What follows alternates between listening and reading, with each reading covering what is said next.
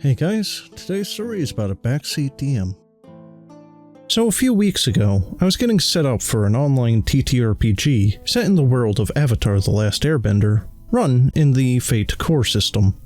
I invited 5 of my friends to it, 3 of whom expressed immediate interest, and 2 of whom, Rob and his wife Alice, said they weren't sure if they had time to participate, but thought it sounded cool. So I went ahead and started the game with the 3 players that I had, and after 2 weeks of fun, and interesting sessions, Rob told me that he and Alice might actually be able to find time to play, and he just about begged me to let him join, despite my reservations about playing with so many players, and adding new players mid-campaign. And I knew Rob could be a bit of an eccentric person as well, but I relented, and figured that everything would be fine. So I let him and Alice join the group. And I should mention here that Rob GMs another game that I was a part of with Alice, and he has described himself as a forever GM with little experience playing. And as he and Alice both begged me to be in the game just a day or 2 before the scheduled time, it left me with no time to figure out how to include them into the scenario that I had prepared. In fact, they had rushed me so much that Alice expected me to help her make her character sheet right then and there at the start time, with everyone else just sitting around waiting to play. We rushed through the character sheet for Alice, leaving most of the details blank, to be filled in as we go.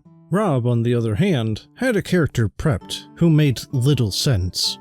He was some kind of super smart academic waterbending healer who was also a street criminal, but also a strict pacifist and could dodge every attack. It was a Frankenstein of every cool idea he had ever had is what I'm guessing.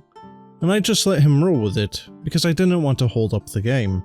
And the problems started immediately, and actually, before the game was even started, Rob was complaining about the way damage was being tracked, and nagging me for 2 days to change it to a system that he thought was better.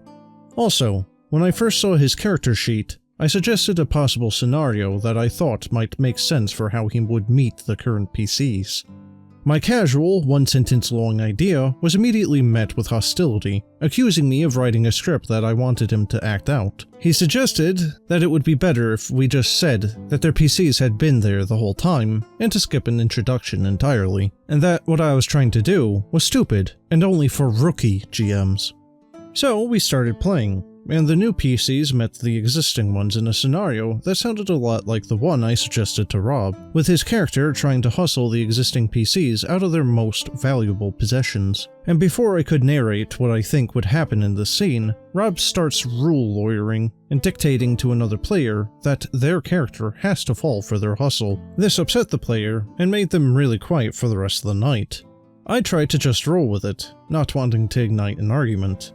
Later, one of the players wanted to make a knowledge roll to see if they could identify an Earth Kingdom artifact. Rob also wanted to make the same roll, and I told him that since he's not from the Earth Kingdom, and the other PC is, that his roll would be a higher difficulty.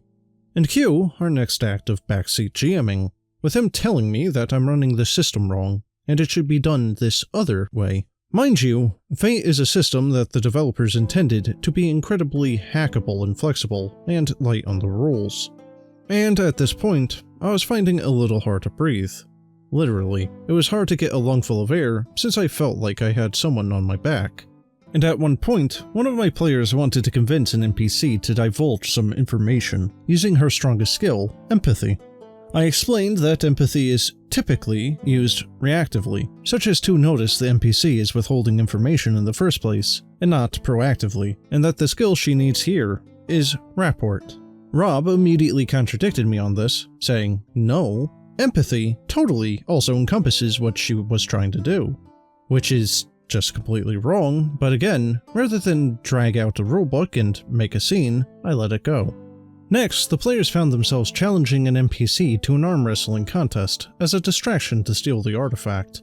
I told the players that I needed a moment to figure out how to best run the scene, since it had a lot of moving parts and every PC had a different role in their plan. And before I could take a moment to decide anything or figure out how I wanted to handle it as a GM, Rob was telling me that this should be run as a skill challenge, obviously.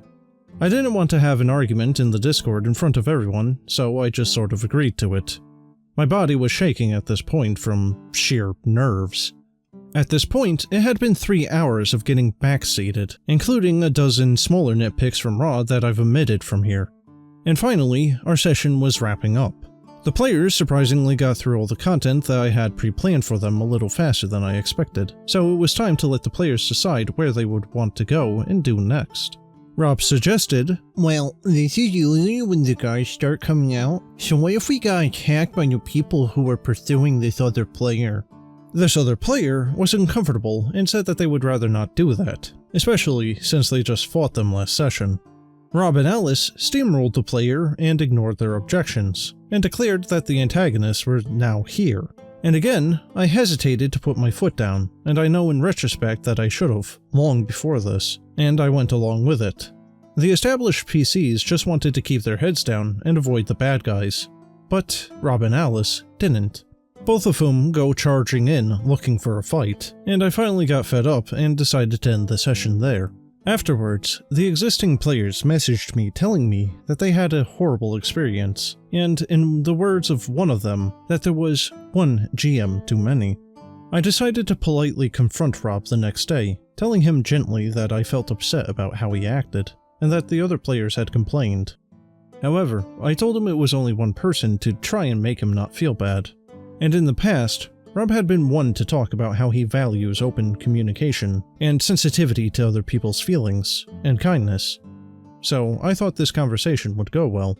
It didn't. His response to this was that he also didn't think he was getting along with that person, which is hilarious since everyone universally thought he was an ass. I asked him if he would be willing to change his behavior in future games, but he told me that he would rather dip out, and well, that's just how I am. This whole experience has made me realize I'm a forever GM. And he said some other rude stuff about my GMing, and how I didn't do anything right, and now he's going to go off on Twitter complaining about me being dramatic and toxic. Anyways, all of my existing players have bonded a bit over the experience, and I think the whole thing has brought us a bit closer together, and broken some of the ice between them. We're 6 sessions in now, and we're having a blast. Well guys, as per usual, the DM, and the OP especially here, needs to put their foot down, but I think for this particular person, not just kicking him out of the game, which isn't necessary anymore, but just out of his life entirely. This guy sounded like a pretty narcissistic douchebag. But in any case, that's the end of the story. I hope you enjoyed, and if you did, maybe think about subscribing and staying tuned for future videos. But, as always, have a good one.